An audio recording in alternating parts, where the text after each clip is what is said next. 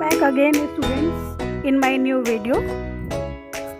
पिछली वीडियो में मैंने आप लोगों को बताया था भाषा क्या होती है, भाषा किसे कहते हैं और भाषा की उत्पत्ति कैसे हुई और भाषा के प्रकार कितने होते हैं, जिसमें मैंने आप लोगों को मौखिक और लिखित भाषा के बारे में बताया था। और इसके अलावे एक भाषा और भी होती है जिसे कहते हैं सांकेतिक भाषा। और जो सांकेतिक भाषा होती है वो उसमें संकेतों में बात करते हैं, तो ये इन दोनों से वो अलग होती है। और सांकेतिक भाषा का उपयोग कुछ खास लोग करते हैं, जैसे कुछ लोग हैं जैसे ट्रैफिक पुलिस वगैरह, या मूक या बधिर लोग होते हैं, या फिर उसके अलावे जो संकेतों में बात की जाती है कि जैसे दाएं मुड़ना है, बाएं मुड़ना है, ट्रैफिक पुलिस वाले जो यूज़ करते हैं उसे लाल बत्ती, पीली बत्ती और हरी बत्ती के द्वारा उसे दर्शाते हैं कि दाएं मुड़ना है, बाएं मुड़ना है, या फिर जहां है वहीं रुकना है। तो आज हम सब जानेंगे लिपि के बारे में। इस नए वीडियो में मैं आप लोगों को बताऊंगी लिपि के बारे में कि लिपि किसे कहते हैं और लिपि क्या होती है और कहाँ कहाँ कौन सी लिपि उपयोग में आती है, अर्थात कौन सी भाषा किस लिपि के अंतर्गत आती है। स्टूडेंट्स, अब हम जानेंगे लिपि के बारे में कि लिपि किसे कहते हैं और लिपि का उपयोग कहाँ पर होता है, हम सब कहाँ पे लिपि का प्रयोग करते हैं। तो मैं आप लोग को बता दूं कि जो लिपि है वह एक चिन्ह होती है जिसे प्रयोग करके हम उसे भाषा का रूप देते हैं, उसे ही लिपि कहा जाता है। अर्थात अलग अलग भाषा को अलग अलग तरह से लिखा जाता है और जो लिखने का ढंग होता है उसे ही लिपि कहते हैं। जो अलग अलग भाषाएं होती है उनका अलग अलग नाम भी होता है और उनके लिपियों का नाम भी अलग अलग होता है। तो हर एक राज्य में, हमारे भारतवर्ष में हर एक राज्य में या फिर पूरी दुनिया में अलग अलग तरह की भाषा होती है और उनकी लिपि भी अलग होती है।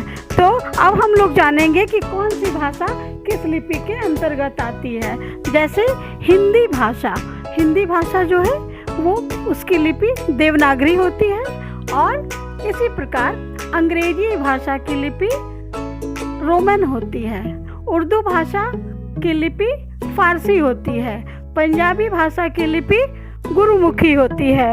इसी प्रकार से पश्चिम बंगाल में जो भाषा बोली जाती है बंगला भाषा, उसकी लिपि होती है, उसकी लिपि अलग होती है, उसकी लिपि बंगाली होती है।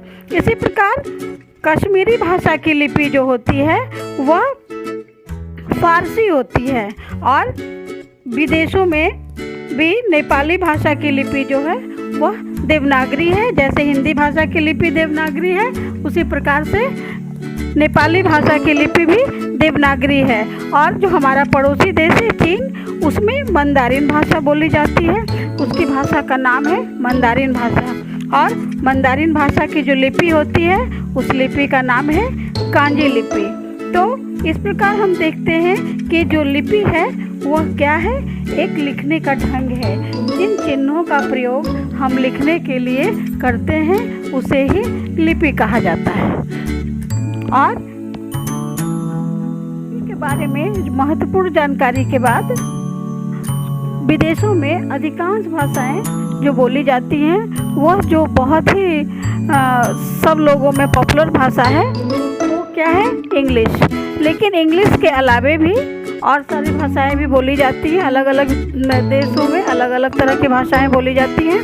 तो जैसे इंग्लैंड की अंग्रेजी भाषा होती है और रोमन होता है उसका लिपि, उसकी लिपि को रोमन लिपि कहते हैं। और इसी तरह से और भी जो देश हैं जैसे Germany, France, Italy, Afghanistan, Pakistan, Arab, तो जर्मनी की भाषा होती है जर्मन और लिपि होती है रोमन। इसी प्रकार जर्मनी, फ्रांस और इटली, जर्मनी की जो भाषा होती है जर्मन होती है और फ्रांस की भाषा फ्रांसीसी होती है और इटली की भाषा इतालवी होती है। लेकिन इन तीनों की जो लिपि है वह रोमन लिपि होती है, रोमन लिपि कहलाती है।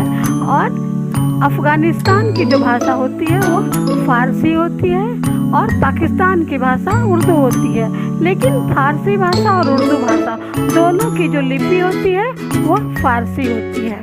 इसी प्रकार अरब देश जो है वहाँ की भाषा का नाम अरबी है और लिपि भी अरबी ही है। मैं भाषा से संबंधित एक अभ्यास कार्य PDF के रूप में दूंगी, जिसका लिंक आपको मेरे डिस्क्रिप्शन बॉक्स में मिल जाएगा। और अगर आपको यह वीडियो पसंद आई हो, अच्छी लगी हो, तो इसे लाइक करें, शेयर करें और इस चैनल को सब्सक्राइब करें। और इसके अलावा अगर आपका कोई प्रश्न हो तो मुझे कमेंट बॉक्स में अवश्य पूछें, मैं आपको उसका उचित उत्तर अवश्य दूंगी। Thanks for watching.